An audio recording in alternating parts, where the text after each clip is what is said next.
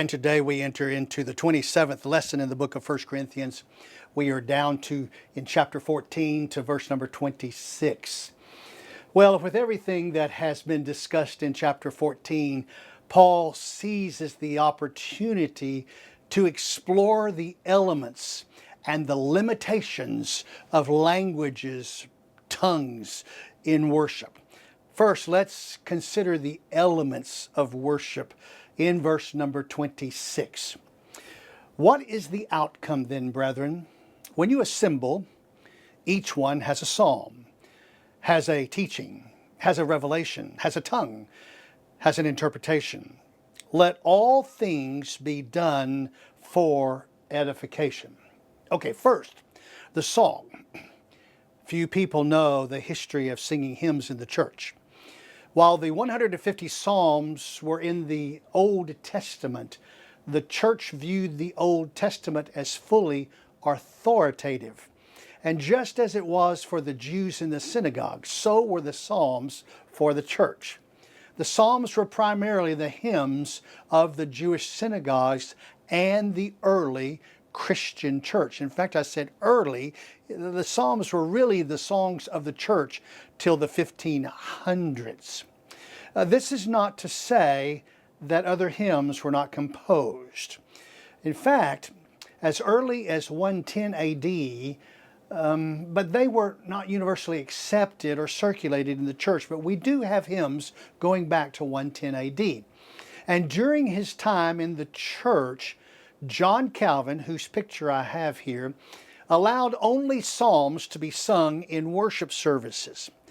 Now, he permitted more contemporary religious songs to be used outside of worship services, but in the church, no. It was only psalms that could be sung. Now, Martin Luther disagreed, and he wrote hymns for the Catholic Church. Now, Martin Luther died a Catholic. He did not die a Lutheran, even though he had the name. He died a Catholic. And the Lutherans did not separate from the Catholic Church until after his death, when his followers separated from the church. Martin Luther wrote hymns. Isaac Watts began writing hymns around 1690 AD that gained widespread acceptance. You know some of these songs. When I Survey the Wondrous Cross and Joy to the World are just two of the more than 750 hymns penned by Isaac Watts. However, in Paul's day, the only songs sung in the church were from the Hebrew hymn book, called the Psalms. And by that time, they had been translated into Latin, Greek, Aramaic, Syrian, and many other languages wherever the church settled. Now, secondly, the teaching. Each saint in the early church came to church prepared. They did not arrive merely to be fed. They came to nourish others. They were ready to share a lesson from what did they have? The Old Testament. Third, there was a revelation, as Paul puts it. The Greek word for revelation is the same as the title of the last book. It means the unveiling. It signifies lifting the curtain to reveal meaning of the truth of what is to come.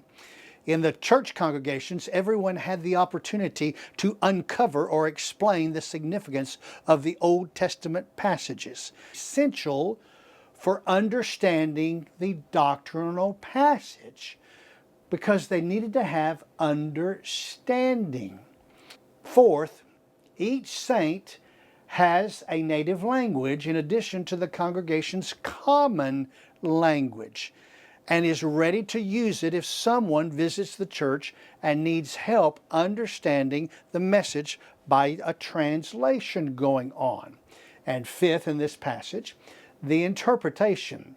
As the saints come with a song, teaching, and a revelation, and a language for each service, they must also offer a thoughtful interpretation from their native language to the common language of the congregation. In other words, whatever they want to say must be translated for the common language of the large group that is there in the church. Why are these 5 things viewed as the essential elements of each service? Now, Paul asserts that everything in the service is done for the edification of both the saints and the non-believers who are present. Let all things be done for edification. Now, with the 5 elements established, Paul now outlines the limitations of the languages that are to be spoken during the service in verses 27 and 28. Paul says, "If anyone speaks in a tongue, it should be by 2 or at the most 3, and each in turn, and one must interpret. But if there is no interpreter, he must keep silent in the church, and let him speak to himself and to God." Okay, listen. If you come and you don't have an interpreter, you got to keep your mouth shut. However, Paul says, but you can still talk to God in the language that you speak. So as the service continues and each language represented in the church is prepared to speak, here is the first limitation. No more than 2 or 3 individuals who do not speak the common language of the congregation may present their messages if there is an interpretation. Either they must interpret it or someone else in the congregation must interpret it so that everyone can know and understand what is being said. Here's the second limitation. Here's the answer to the scenario that I set up last week, our last time together, with the Albanian preacher in verse number 13 when we were there, who is unable to interpret his own message because he doesn't speak the common language of the people. And no one in the service can interpret it for him. The limitation of the Albanian preacher is that he must not speak. He is not to preach. He must remain silent. Since he is not allowed to speak due to the absence of an interpreter, he can communicate with God in his own language silently, and God will hear and will bless him. But he is not to be a speaker in the congregation of that church. Verses 27 and 28 emphasizes the importance of planning the service in advance, including determining who will be allowed to speak. If a person understands the common language of the congregation but struggles to express themselves in a way that is clear to the congregation, and another member understands their native language and can interpret it while they speak, then they should be permitted to speak in their native language with the interpreter conveying the message, the common sense of it. However, if no interpreter is available, they should not be permitted to speak during the service. Now, back in 1975, I attended a Methodist service in Laird Hill, Texas. Now, I was on staff at the Baptist church in Laird Hill, Texas, and there you see both churches were basically on the same section of land that had a little road that went around both of those churches. And we shared a parking lot with the Methodist church. And the Methodist church was a charismatic Methodist church. A dear friend of mine invited me to join them on a Tuesday night, and I accepted. And everything was going extremely smooth. The music was wonderful. The Lord's Supper was perfect. And the preacher was excellent, until someone in the congregation interrupted the preacher and began speaking what was clearly gibberish. He continued for so long that another person interjected with more gibberish. And then a third person joined in, and the preacher had lost control of the service. 2 hours later, the gibberish persisted. My friend and I decided it was time to leave. No one interpreted anything spoken during my time there at the visit. My church had seen several families move across the parking lot that year, coming over to the Baptist church, leaving the Methodist church just because of this type of service action. And they knew this passage. They knew what was going over there wasn't right. And they knew that I visited there, but only one person mentioned it to me of how bad it was, but quite a few switched to the Baptist church because their Methodist service had devolved into some chaos of which I had witnessed on my one visit. And later I learned that the same individuals routinely interrupted the pastor at every service. Paul would have said, stop them and do not let them speak. To make matters worse, I later found out that it was a coordinated scheme to oust the pastor. They were using this speaking in tongues gibberish to get rid of the pastor that they did not like. I learned that almost a half a year later. They were successful. The next time the Methodist Church shuffled the pastors around, a new one came in. So in this passage, Paul refers to preachers and pastors. He's not referring to fortune tellers. Additionally, note that Paul does not use the phrase "at the most" as he did with those who wished to provide their testimony back in verse number 27. So here it is. Let 2 or 3 prophets, you see that? Let 2 or 3 prophets, that's preachers, speak, and let the others pass judgment. What does this limitation mean? Now we must remember at this point in the timeline of the church, the New Testament has not yet been completed and compiled into a single collection of letters or books. In fact, the church may have a copy of the Old Testament in full, and if it does not possess a complete version, it at least has some portions of the Old Testament. So the church is rapidly expanding across the Roman Empire. And all the apostles are still in various parts of the world teaching the words of Jesus, except, of course, for Judas Iscariot and James, who are both dead, have passed away. And pastors and preachers are evangelizing throughout the entire empire and actually beyond the empire. And they are gaining new insights about the teachings of Jesus, similar to how Apollos had to be brought up to speed by Priscilla and Aquila regarding Jesus and his church. Corinth serves as a crossroad between the eastern and the western parts of the Roman Empire, with all maritime travel passing through it.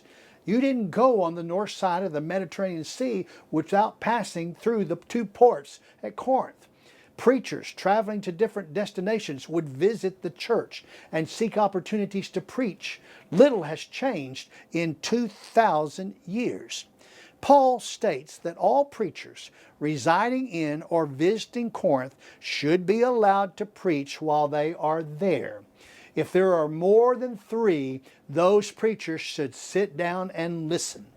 He will explain why in the next verse. Furthermore, in verse 29, he has said, as we see here, let the others pass judgment. The word there for judgment in the Bible that I like to use is the word discern. That's what it means in context. You discern what is going on. You listen and you discern what is being said. Judgment's really not the right word for here. And it's the difference or the distinction between 2 or more things. It does not imply judging in the way that we typically interpret the word judging today. That's not what it means.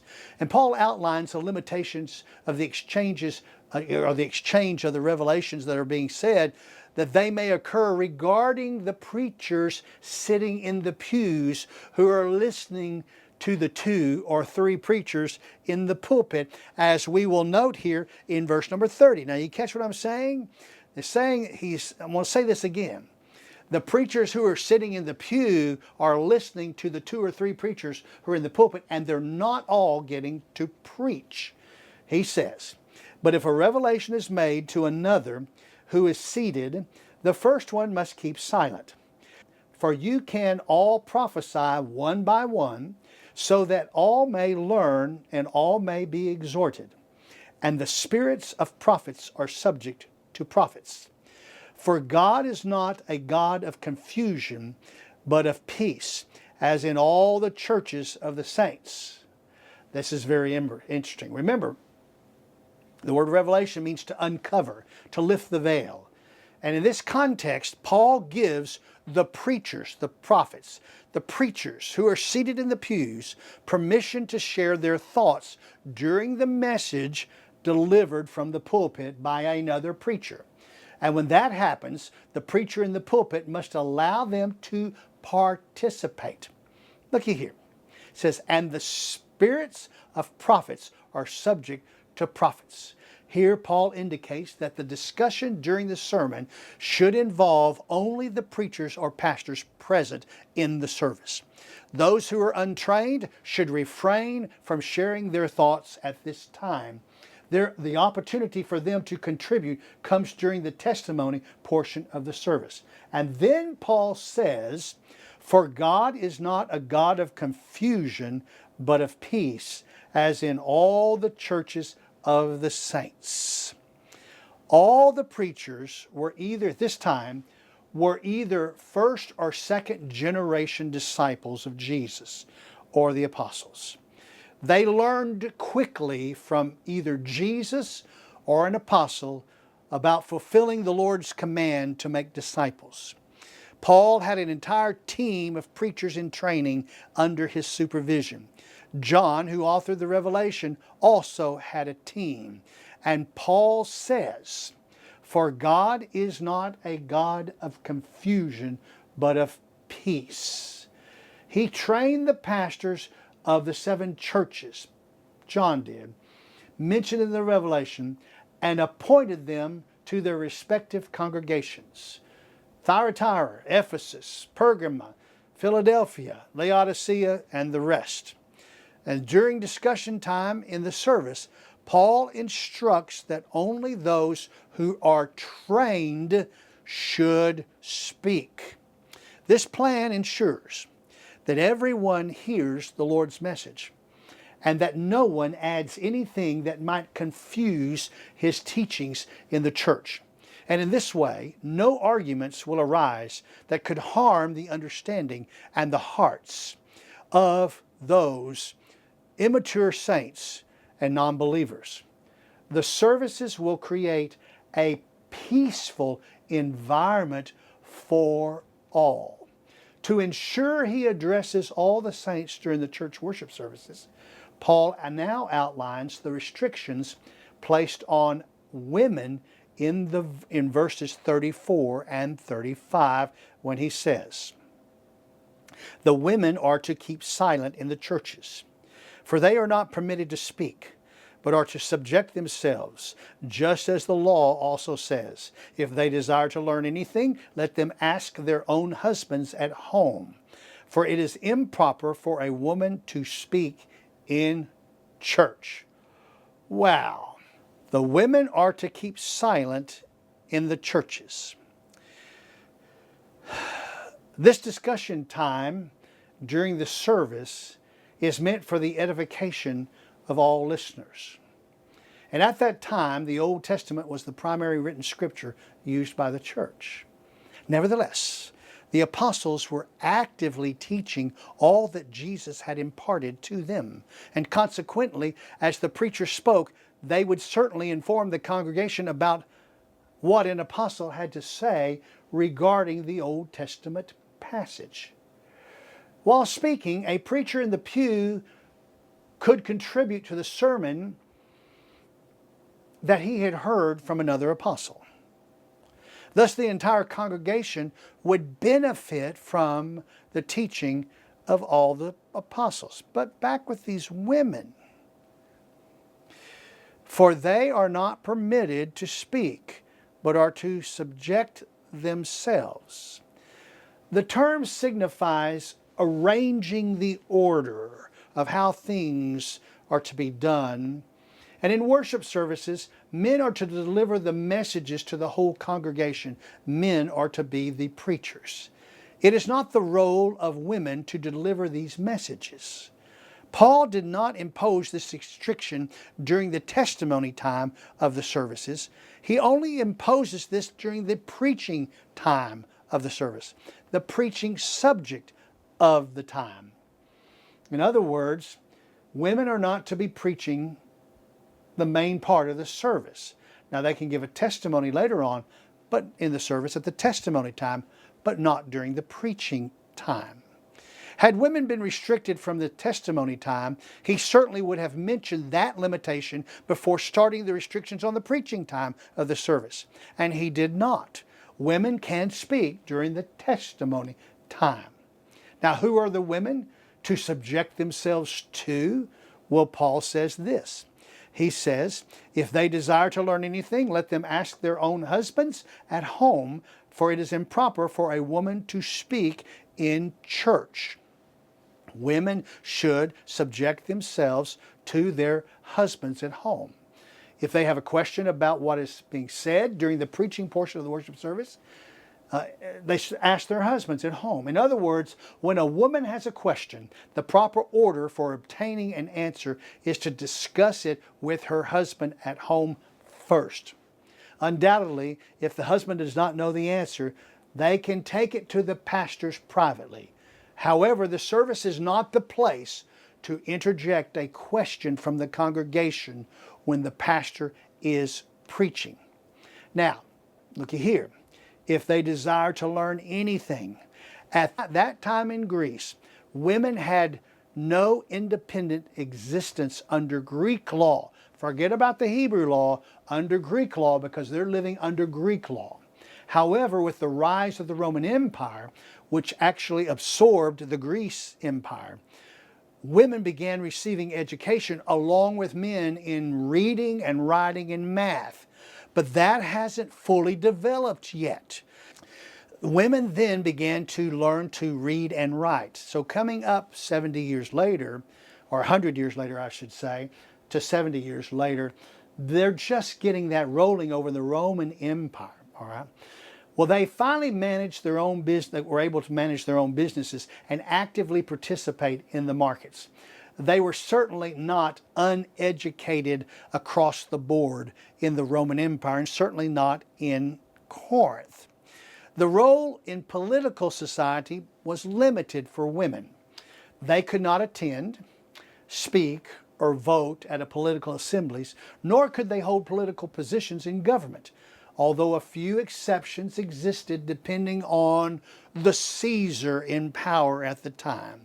And in the realm of the world religions, men held leadership roles. Women still occupied prominent positions in the false religions as priestesses, conducting ceremonies and performing sacred rituals, but not in Christianity. They did not have prominent roles. And in many of those religions, of the cults, sacred rituals were sexual in nature. The priestesses operated as temple prostitutes, ensuring a steady flow of money to support the religion. Now in chapter 10, verse 23, if you mentioned, I mentioned 69 gods that had temples in Corinth. Those temples were financially supported by the income generated by the temple priestesses and the sale of meat in sacrificial rituals in the marketplace. My point is that women in Corinth were not ignorant in any sense, but outside the walls of the church, women actively engaged in the community in numerous ways. Well, when he says, if they desire to learn anything, let them ask their own husbands at home, for it is improper for a woman to speak in church. He indicates there is a proper order for addressing questions about God's spiritual matters. At that time, the apostles held the keys to those answers. And while their preaching disciples spread the word and taught to other churches, they were training those preaching disciples. You see this word, just as the law also says. Most Bible commentators reference Genesis 3:16 as evidence that a woman must submit to her husband. It states that man is to rule over the woman. However, it is important to note that Genesis tells the story of humanity before the law was established through Moses at Mount Sinai. And that law is found in Exodus, Leviticus, Numbers, and Deuteronomy. So I'm going to tell you, it seems very unlikely that Paul is citing Genesis as evidence of the law that he's talking about here. Instead, Paul likely references Numbers 30, verses 1 through 16, where the Lord provides instructions to women and outlines the authority of fathers or husbands over them. And so in the chapter from Numbers, we discover that the man is accountable to the Lord. and the woman is under the man, who can be her father or her husband. In fact, the phrase, subject themselves, just as the law also says, pertains to the entire sentence. The man is the buffer between God and the woman. Boy, we could spin this out for a half hour talking about the requirements of the law that were put on the man for the purpose of buffering between the woman and God. 36. Was it from you that the word of God first went forth? Or has it come to you only? If anyone thinks he is a prophet or spiritual, let him recognize that the things which I write to you are the Lord's commandment. But if anyone does not recognize this, he is not recognized. Well, in verse number 36, right there at the very beginning, was it from you that the word of God first went forth, or is it come to you only? Of all that Paul has said in this letter about the troubling issues in the Corinth church, these two questions are the most scathing and accusatory regarding the immature saints' mindsets. Paul charges the Jewish brethren in the Corinth church with thinking and acting as if they are the church of churches, the only church that knows the will of God. It is the only church that God has spoken to, and the only church that can speak for God, the first church of all the churches. And to this, Paul challenges and criticizes the church's thinking when he says, if anyone thinks he is a prophet or spiritual, let him recognize that the things which I write to you are the Lord's commandments. Wham! Paul has metaphorically slapped the Jewish brethren of the Corinth church in the face. Let's put it in contemporary terms. If you think you are the Lord's preachers, the holder of all the things of God, and you are the spiritual of the spiritual, think again. I have said to you in the Lord's command, and you better take heed of my words. Then Paul states the consequences for ignoring his words in this letter when he says, but if anyone does not recognize this, he is not recognized. Wham to wow. Those are strong words. Let's find a modern way to express this. If you do not recognize what I'm saying is the Lord's command and change your ways, you will not be recognized as being a mature saint. Now we can paraphrase these statements because Paul in his letter addresses immaturity, divisions, disagreements, spirituality, and the failure to manage immorality in the church. In tackling these troubling issues, Paul has conveyed the Lord's command to correct them. As we go on into discuss verse 39 here in this commentary, which warns that everything in between that is happening to correct how the Corinthian church manages the use of various languages in their worship services and the appropriate order for those services, verse 39 says, therefore, my brethren, desire earnestly to prophesy, and do not forbid to speak in tongues. But all things must be done properly and in an orderly manner. Paul has outlined the proper order for the services as commanded by the Lord, and there is no doubt that Paul will expect everything to be in order when he arrives in Corinth later that year. Paul concludes by saying, desire earnestly to prophesy. Prophesying refers to preaching the gospel of Jesus Christ. From here, Paul's transition to the significance of the gospel is the longest chapter in this letter. But guess what, folks? We will have to come back as we then now pick up in our next time together, chapter number 15 in 1 Corinthians.